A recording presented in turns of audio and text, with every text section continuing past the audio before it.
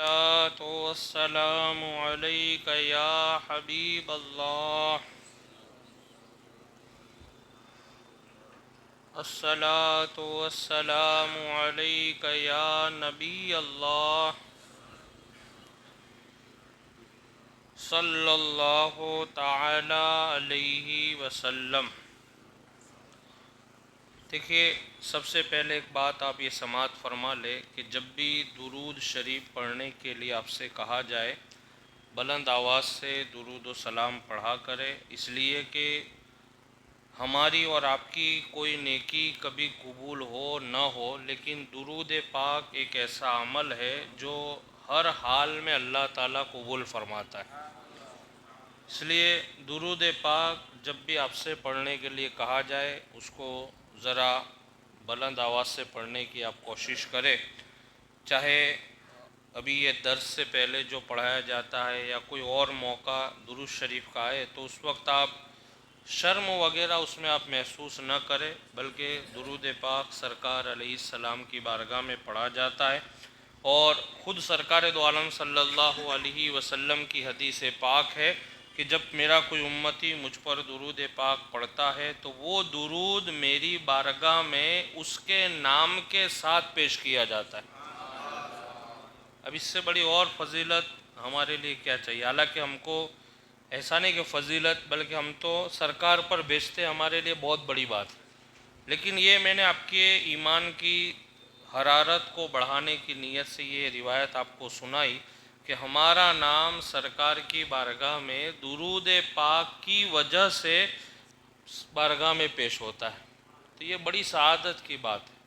اس لیے جب بھی کہیں بھی کوئی بھی درود پاک کا موقع ہو اس میں آپ ایسی شرم وغیرہ اور آر وغیرہ محسوس نہیں. ہم باتوں کرنے میں کتنا زور سے بولتے، گالیاں بولنے میں زور زور سے بول لیتے، کسی کی برائی کرنے میں ہم زور سے بول لیتے، کسی کی توہین کرنے میں اپنی زبان کو ہم آواز کو بلند کرتے ہیں. اس وقت تو ہم کو شرم آتی نہیں. یہ تو درود پاک ہے، سرکار علیہ السلام کی بارگاہ میں پیش کرنا ہے. اس لیے جب بھی کوئی بھی ایسا موقع ہو اس میں آپ شرم وغیرہ آپ یہ نہیں دیکھیں میرے پاس والا پڑھتا ہے کہ نہیں، آپ یہ نہیں، آپ اپنا دیکھیں بس مجھے میرے آقا پر درود و سلام پڑھنا ہے. آپ یہ نیت رکھیں، یقیناً آپ کا درود پاک. اس لیے تو بزرگان دین نے کیا فرمایا کہ اگر آپ کوئی دعا کرو تو دعا سے پہلے اور دعا کے بعد درود شریف ضرور پڑھ لیا کرو. اس کی وجہ یہ بتاتے ہیں کہ ہو سکتا ہے آپ کی جو دعا ہے اس میں کوئی کمی ہو تو وہ دعا تو ہو سکتا ہے آپ کی رد ہو جائے، لیکن درود ایک ایسا عمل ہے نا کہ وہ کبھی رد ہونے والا.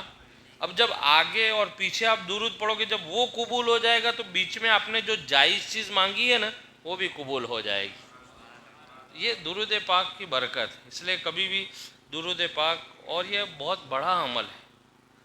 کہنے والے ایک شاعر نے کہا بھی ہے کہ ہر مرض کی دوا ہے صلی علی محمد، تعویذ ہر بلا ہے صلی علی محمد. اور کئی بزرگان دین نے فرمایا بھی ہے کہ درود پاک کا ورد آپ شروع کر دو. کئی بزرگان دین نے فرمایا کہ آپ درود پاک کثرت سے پڑھو، 3 یا 4 دن میں اس کی برکتیں آپ اپنی طبیعت میں محسوس کرو گے. جیسے ہوتا ہے نا کبھی بے چینی رہتی ہے کسی کو، یا کسی کو ٹینشن ہوتا ہے، یا کوئی گھریلو الجھنیں ہوتی ہے، جب ایسی آ جائے آپ درود پاک بے شمار پڑھنا شروع کرو. کیا کرو؟ ان گنت، گنو مت، بس آپ موقع ملا ہے سرکار کی بارگاہ میں آپ درود شریف پڑھتے. آپ کو جو بھی درود شریف آتا ہے اس میں سب سے آسان درود شریف ہے صلی اللہ تعالی علیہ وسلم. ایسے بہت سارے اور بھی درود ہیں لیکن یہ بھی ایک درود ہے.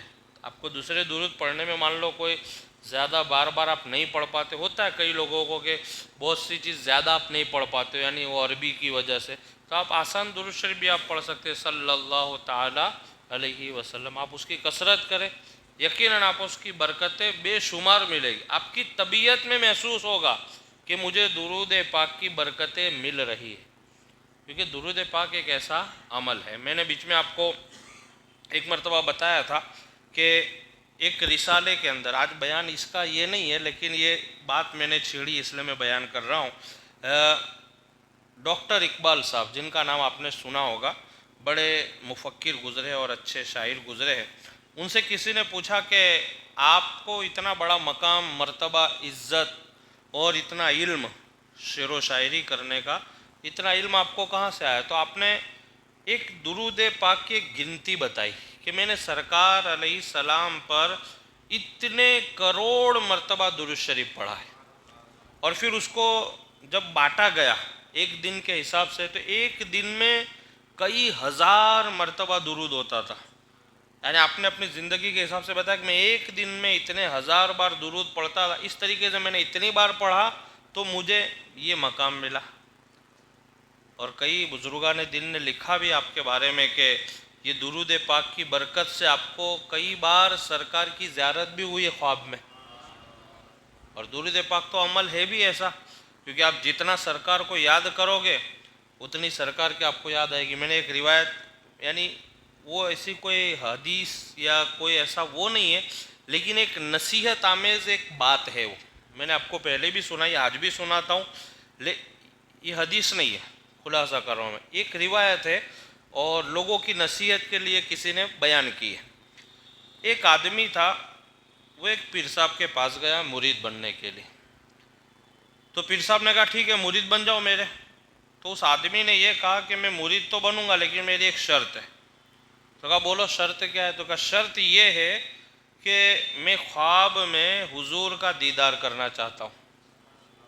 حالانکہ بڑی اس کی خواہش بڑی ہے، کیونکہ سرکار کا دیدار ہونا یہ یعنی ایک غلام کے لیے بہت بڑی بات ہے. تو کہا کہ میں سرکار کا دیدار کرنا چاہتا ہوں، اگر آپ مرید بنانے کے بعد مجھے یہ کروا سکتے ہو تو میں آپ کا مرید بنوں. تو پھر وہ مرشد بھی کامل تھے، انہوں نے کہا ٹھیک ہے تم بن جاؤ، تمہیں دیدار ہوگا، لیکن میری ایک شرط ہے. تو کہا بولیے پیر صاحب کیا شرط ہے؟ تو کہا میری شرط یہ ہے کہ تمہیں 3 دن تک پانی نہیں پینا ہے، 3 دن تک پانی نہیں پینا. اور دوسرا کہ یہ جو میری خانقاہ ہے نا اس میں سے تم کو باہر بھی نہیں جانا ہے، کیونکہ باہر چلے جاؤ گے تو کہاں کیا جا کے پانی پی لو گے تو کچھ ٹھکانہ نہیں. تم کو میری خانقاہ کا جو ایریا ہے، دائرہ، اس سے باہر نہیں جانا ہے. تو اس کو لگا کہ 3 دن کی تو بات ہے، حالانکہ 3 دن پیاسا رہنا یہ عام آدمی کی بات نہیں ہے، مشکل بات ہے.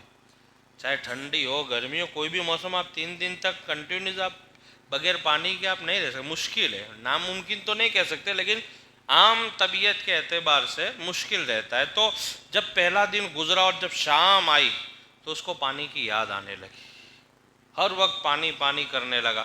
پھر اتفاق سے جب پورا دن وہ جو پہلی رات آئی نا، کیونکہ وہ پورا دن پانی پانی کرتا رہا، تو پہلا دن آیا، رات کو جب سویا تو اس کو خواب میں بڑے بڑے دریا نظر آئے، بڑے بڑے سمندر، پانی جا رہا ہے، بڑا ٹھنڈا پانی، میٹھا پانی بہتا ہو. لیکن وہ کہا نہیں، پیر صاحب نے منع کیا نہیں پی سکتا ہوں.